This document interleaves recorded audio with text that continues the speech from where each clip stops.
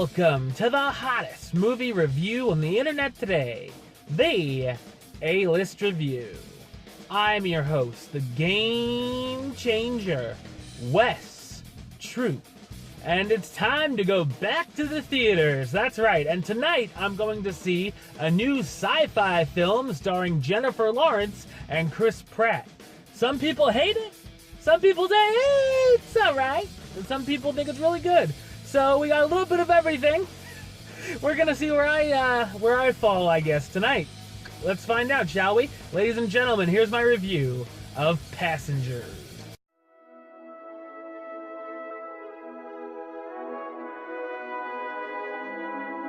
Starship Avalon is traveling to colonize a new planet, Homestead 2, with 5,000 passengers aboard. The journey will take them 120 years to reach the destination, so all of the passengers are in hibernation pods.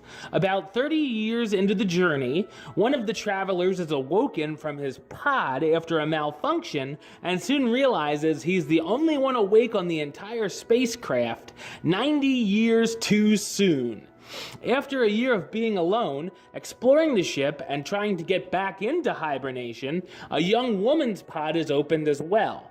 Being the only two humans on the ship, they begin a romance. Brown chicka wow wow.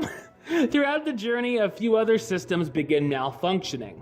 Will the spacecraft make it to its destination? And will the couple be able to figure out a way to go back to sleep?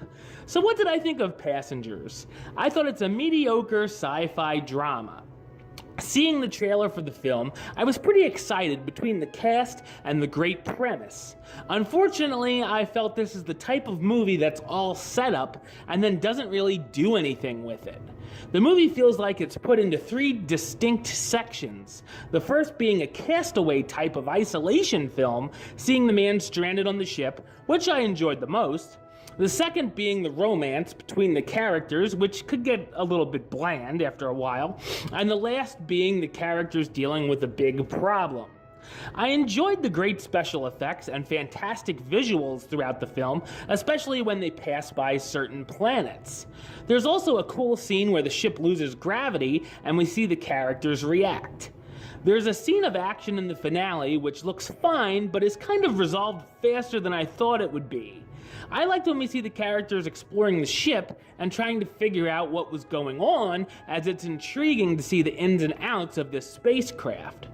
The film borrows lots of ideas from a number of different films, from Gravity all the way to The Shining, which I've been seeing a lot of Shining references lately, and I wish it just had a little more originality overall. There is a big moral dilemma in play, which is kind of neat and makes you ask, what would I do in the situation? My biggest problem with the film is it shows its hand 15 minutes into the movie, where it could have been so much more impactful if the film had been structured differently and didn't let the audience in on the secret so early.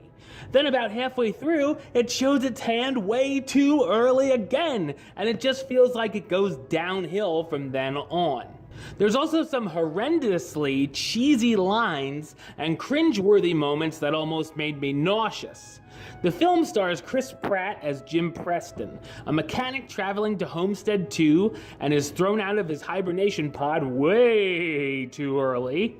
Jennifer Lawrence as Aurora Lane, a young writer who wakes up on her voyage where she wanted to write a book about space travel for readers of the future. And Michael Sheen as Arthur, a robotic bartender who is befriended by the couple. While Passengers has its ups and downs, I sat there throughout thinking of how much better the film could have and should have been. I'm gonna give it the rating of meh. You know, it's okay.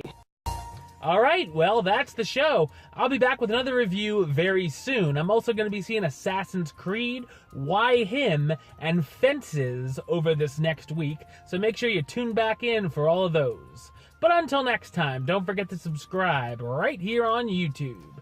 YouTube.com/Westside515. You can like the show on Facebook, Facebook.com/WestTroopAlist. And of course, you can follow me on the Twitter and the Instagram @WesAlist. Until next time, Troop out.